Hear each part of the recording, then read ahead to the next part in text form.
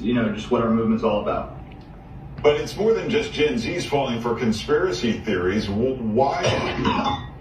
You're right. I'm so nervous.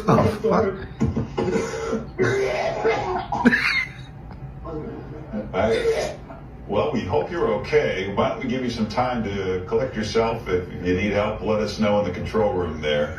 And Michael Irvin and his attorneys fought hard for this video, said it would prove his innocence, and said they wanted you to see it. I saw the video. I saw it for the first time 3 days ago. I don't know what happened. All I know is what I saw. What I saw was a 45-second conversation in the lobby. 45 seconds. And then they went their separate ways. That's all I know. Man stops you in the street and wants to talk to you and gives you a compliment and thinks that you're attractive and wants to get to know you better. Do you think that's a sexist thing to do? Yeah, it is. Why is that sexist? Why do you think that? Because it's based on what to say. It's based on. It's based on what? It's based on. His like. It's based on what he thinks is. I don't know how to explain. Oh my. An optimistic person will be like, the glass is half full. A pessimistic person will be like, the glass is half empty. But a feminist will be like, oh my God, the glass is raping me. Michael Irvin and his attorneys fought hard for this video, said it would prove his innocence, and said they wanted you to see it. Now, the interaction between Irvin and this hotel employee, it lasts less than 2 minutes. We are going to speed up some parts of it, though, to walk you through it all. Their initial interaction is just partly obscured by a column in the lobby. Then they appear to shake hands, talk, and Irvin seems to touch her elbow briefly. She steps back. They keep talking. About 70 seconds pass. He touches her other elbow, laughs. They shake hands and walk away. Irvin looks back and appears to slap himself in the face. Now I understand why celebrities refuse to interact with fans. They're not rude. They are just trying to protect themselves from selfish, narcissistic people who are trying to look for a big payday. You can't see the cars. They got the fuck out of the way. I can't see. There are cars there, motherfucker. Clearly, Michael Irvin was a target. We have devolved so far into cancel culture that a simple human interaction can destroy and ruin a man's whole career in a matter of seconds. Man, woman, he, she, I don't give a bullocks. A simple handshake, side hug, shoulder tap, that is just common interaction. That is not a crime. Now, if you ladies cannot take friendly flirting, then go be lesbian. The heck with you. Irvin's attorney said the employee did not look uncomfortable to them and focused on a man several feet away who can be seen clapping, suggesting he, who they believe is the woman's manager, might have been angry with her for talking to Irvin. Of course, the one thing this video does not have, audio. On a radio show after this first happened, Irvin said he had a few drinks, didn't really remember the incident, but today said their conversation was about football, the shows he worked on, and where the employee could watch them. In a filing last week, Marriott claimed instead he made sexually explicit comments to the employee. Here is Irvin's response to that. So, I don't speak like that. You know what I mean? I've never spoken like that. So I'm not even, I totally deny saying that. I totally deny saying that. What is shocking and more surprising to me is that the Marriott, a multi-billion-dollar company, cannot afford 4K colored video cameras. This looks like it was recorded from a 1975 bootleg Nokia phone. Now, this looks like a simple conversation between Michael Irvin and the female.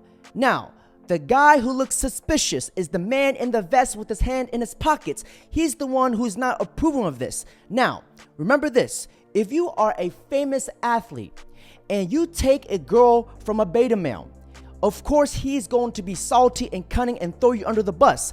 Have you ever thought of that?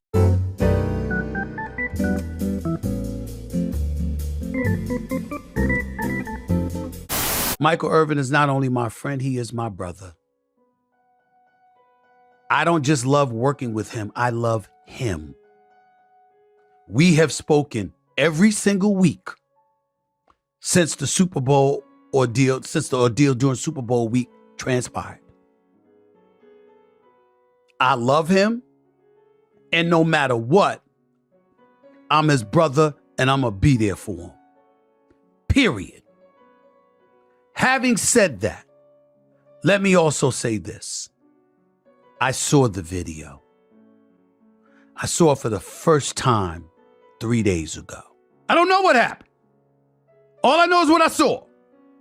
What I saw was a 45-second conversation in the lobby. 45 seconds. And then they went their separate ways. That's all I know. I have no idea what was said between him and the young lady he was talking to. I have no idea. And I'm not going to sit here and overstep my bounds, compromise myself, compromise ESPN, compromise No Mercy, compromise anybody by pretending that I know something I don't know. What I will say is that based on that video, I saw absolutely positively nothing incriminating, which is why it explains why Michael Irvin and his lawyers were clamoring for the videos to be shown.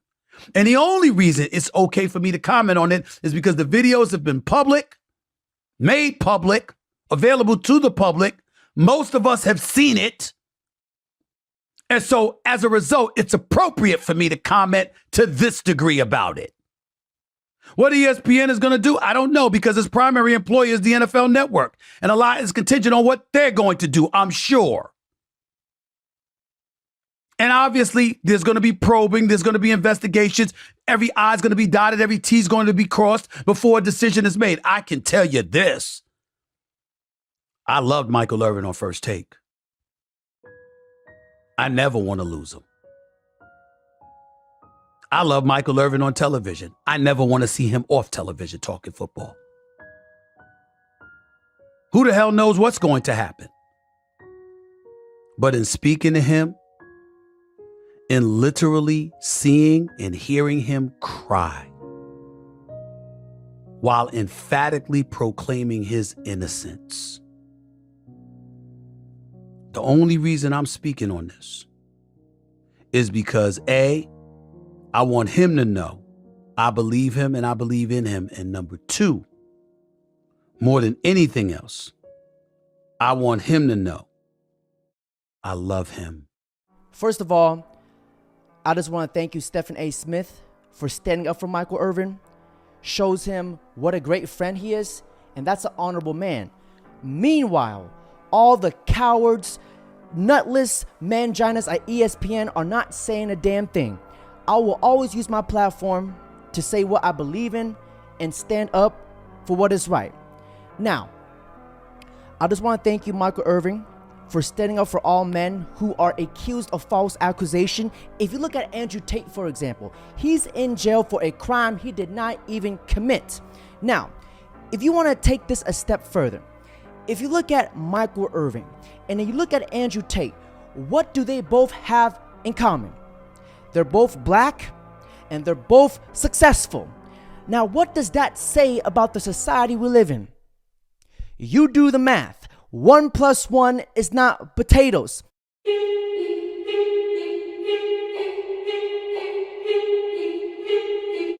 Let's take it a step further. Michael Irvin is innocent. How do I know that? To start off, the hotel didn't want to release the video because they knew it would trigger a lawsuit from Michael Irvin. And it did. They also didn't want the public to see the video because it would ruin their reputation and it would show the truth of what happened that night. So we already know the video is a load of crap. But what about witnesses? How many witnesses can confirm this victim? I guess that's what we're calling her. How many witnesses can confirm this victim's story to be true? 0. Out of all the witness testimonies, no one saw Michael Irvin do what she claimed he did. You can see clearly from the security camera footage that there are witnesses all around Michael Irvin, and yet no one saw him do anything wrong.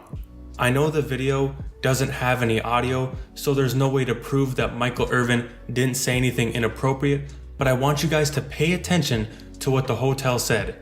In their wording, they said Michael Irvin was aggressive, he was vulgar, he was in a very drunken state, and he made multiple sexual advances towards the worker.